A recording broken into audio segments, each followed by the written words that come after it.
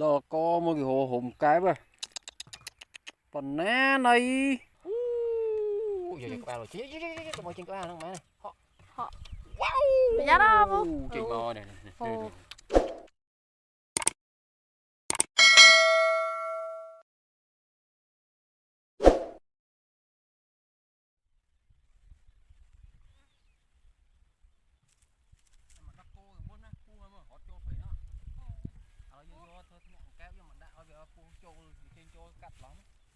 anh đã lần nó áp đi đó cái máu đó rồi cắt đó trôi đó đó chạm đi đi phá mấy chạm kẹp chi nữa không vấp nè tụ ai cái này một ba vua rồi cái nhé ba vua trắng vua thì bé một ba vua mà này wow này ba vua phần à hả thùng lên chạm kép lạch đá mắt đang đi hả lọc phá nó chị đây thân phá chị đây thân chị chơi nè chị đây cọp ở nó mà cáp á cáp ở thùng đấy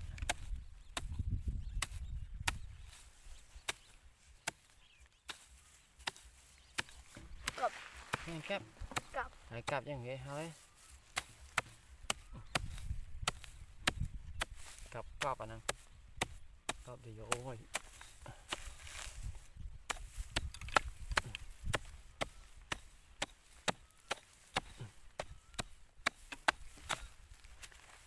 đạm á lịch nữa vào nó đi cọp này mà tiết kiệm rồi hiện là chỗ đi hòn đó nó đi hòn tụi bạn thì mất về nha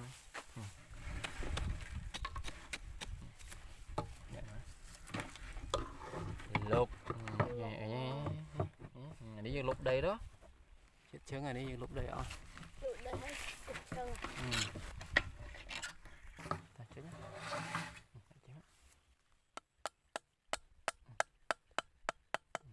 ba yang á cái số lịch châu mà dừng lục đây đó lúc đây không ai bên đây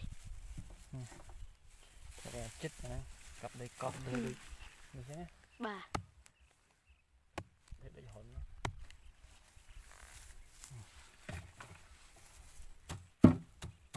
cọp chết chân mà với phu là nó tại chỗ cái đó đâu con na nếu chập tón rồi chập bàn vào đấy đồ lươn á phu làm một chích này này nhập một chích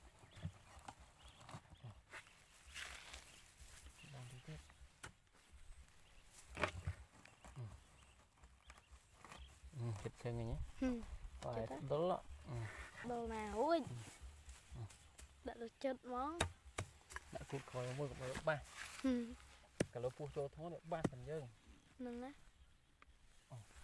đồng nó phải chọn trâu thôn này gần phía nhé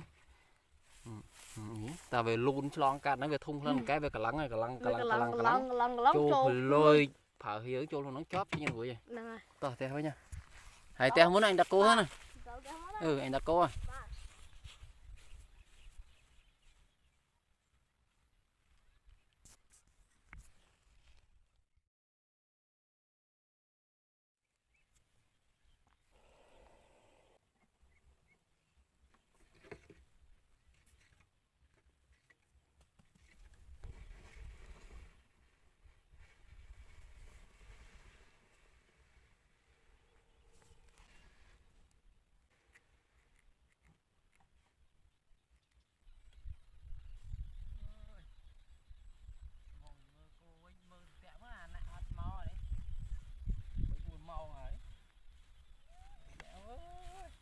tìm lục ra lại nâng ui lính nhìn lâu rồi nhá vô tẹt mà vừa máu em phép ấy miền khơi Trời.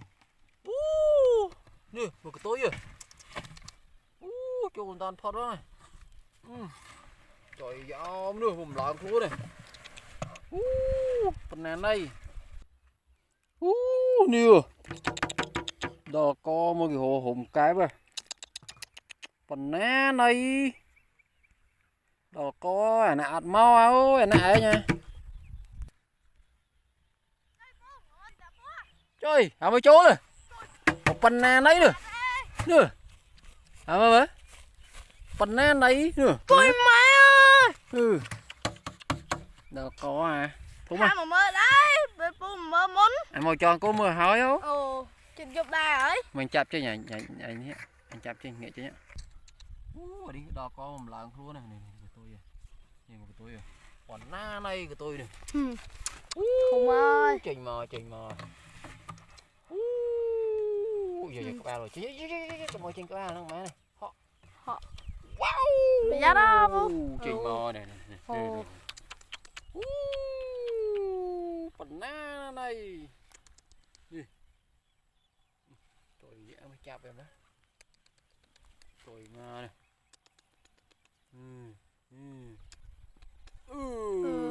Bà nè. Thúng bên này. Tỏ tè. Tỏ. Phải. Tỏ anh ca nhiêu tờ muốn á. Anh ta cô hay dạng anh vô thông tè. Anh ta cô thân. Đi, nửa màu này. Wow, đi. Chành chích bột. Ôi dạ, đồ.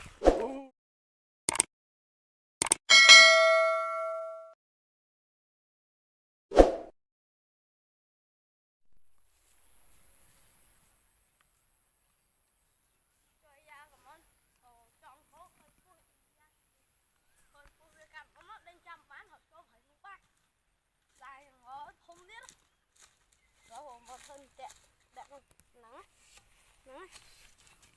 thân tẹ cho con cái bọn tẹ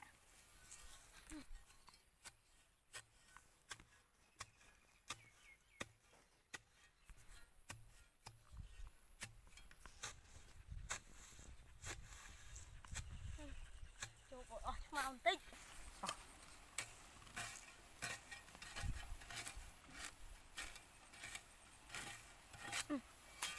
mà một đạn hồ mày chơi cu sa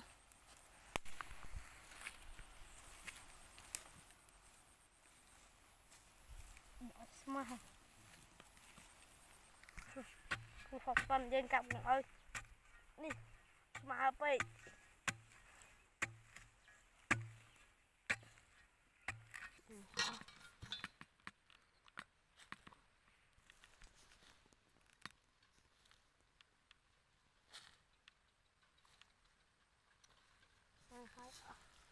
được hộp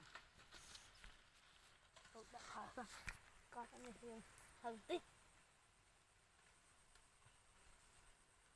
bán khoai đi cô tấu ta món cho ba một phần món thùng hòn bật này để được lên vào cả thùng ra đi cô tấu bán thùng không á cậu à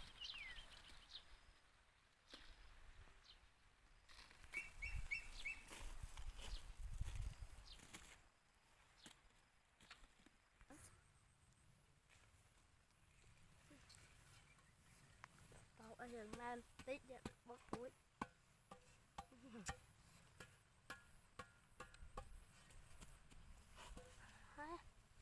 tao đang tụng nó có trong một dạng cát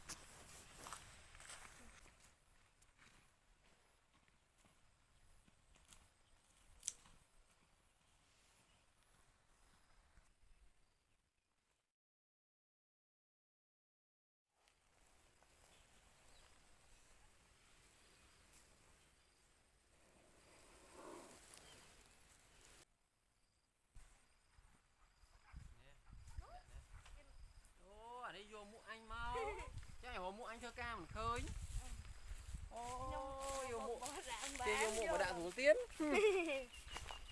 mũ kế đó co đang cho cái người người đó chăng trời lừa xô mấy thôi mà lừa xô ừ hãy cài mới đấy cài má cái má trời mà sư đang cái ấy thưa đang chỗ này tại thưa chứ cái vô mình chặt bán ừ thường ấy không pu cạn bằng đá vô đá bạn thì tìm ấy môi pi bay pop nua nạ bảo banana này đi chỗ này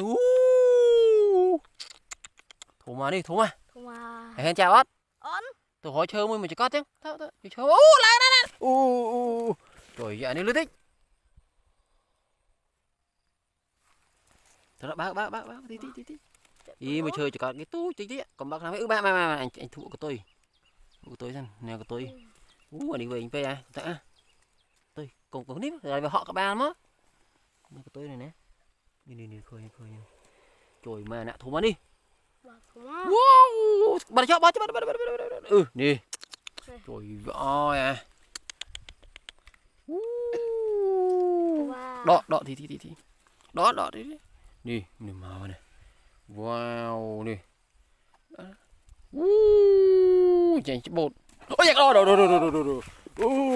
thú mà đi trời mà đi họ đi phần nàn đây à họ đi họ đỏ co đi ôi chú gì ca bái nữa thế vâng ca nó che phần nàn đấy anh xin bị mến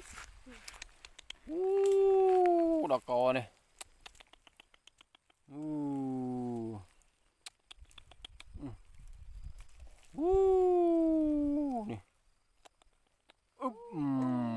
bè này Ken có vậy mà vui thôi mà còn na đây một kle nêu một kle đây này đang bé này một kle này cho à Ken trời nè ơi thôi mà đi dùng mua pẹ rồi với nhá trời ơi tao tèo muốn đó nhá anh đã cô thế này chứ hồi mua anh pẹm khơi nhưng tôi lại thì cái đó đấy anh đã có à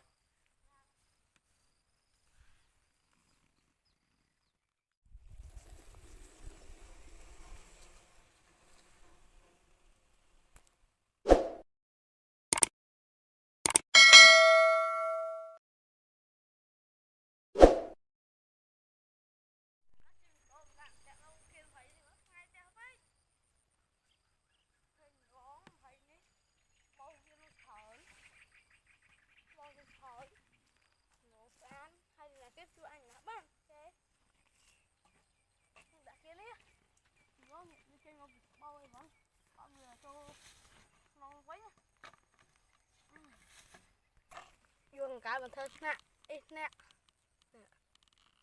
cái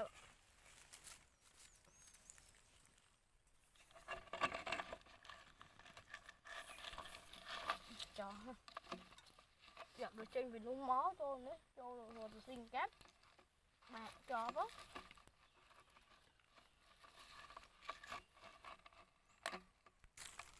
cho anh này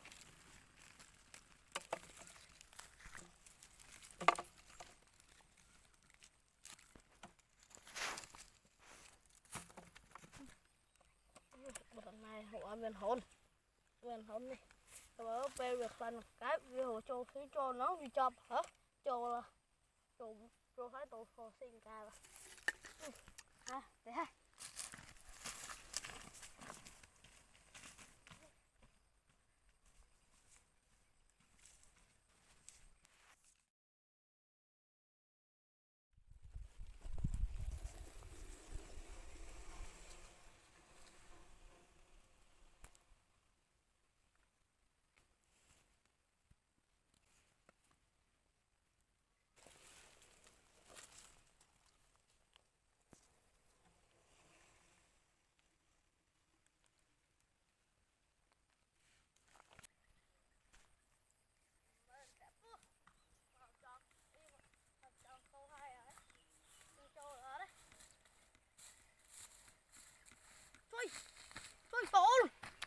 Còn mà cho ban má muối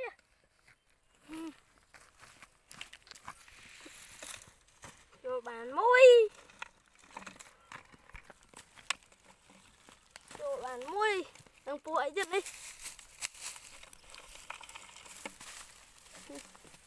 lẹ quá cho nguyên rồi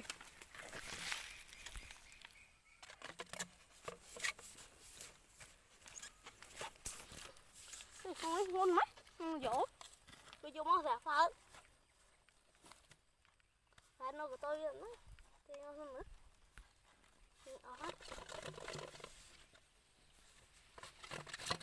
trời lâu tiến trời mà đâu sẽ rồi thử cam cho mấy hồn hôn hôn mai là này đó rồi tôi mua này đó rồi vẫn mình mua ngôi tiền đấy ba rồi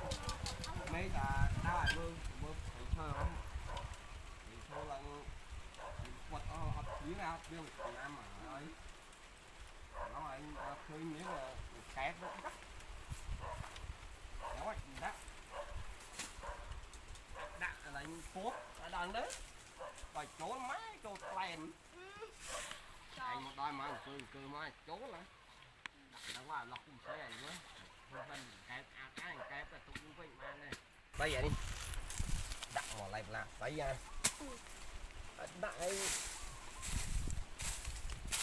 còn tì giờ lạc đây tôi chạm mới đấy tại cháu là cháu thật ra chẳng chị ra đây không sụp thiệt rồi nè đi đây đạn lại chết rồi ép tổ lui rồi đi một tiệc tầng thế rồi chỗ bạn thở này nó bóc vào chỗ lớn á anh kia là bạn nuôi nhún thắng luôn nè đạn nuôi đạn ép nó ngay lấp đạn ồ mong ấy đạn ó nè ngài bữa đây nó anh hát á kẹp á đây là khơi mà anh phố hà tầm phần cà chướng đi nòng chỗ lắm anh phần đè ở dưới cái bắt để chỗ là cái phim xí đấy ạt chỗ xí là xí nó là cao gì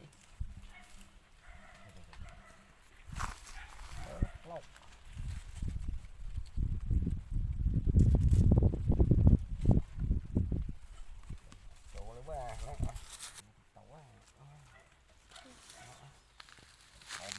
chỗ là nó tầm xuống lắm 4 3 hộp ốc đây ăn chỗ đu nào mà đu nó kia là lấp là nó sân gì nhá bạn rồi không có bạn lên làm bạn lên nữa tao chưa ăn hết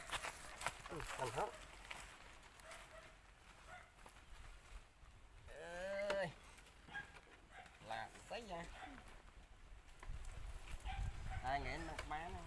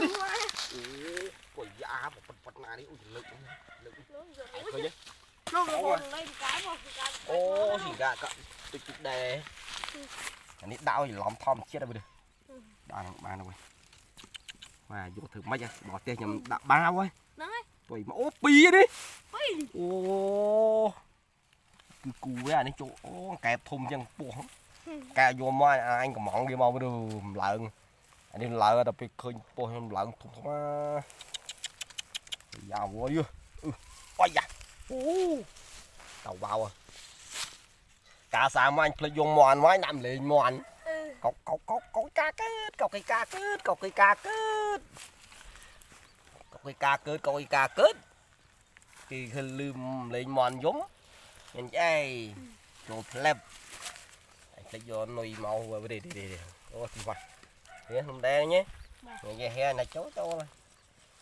này anh phơi nắng vô lần nhá không nhắn anh ơi lỡ ăn tô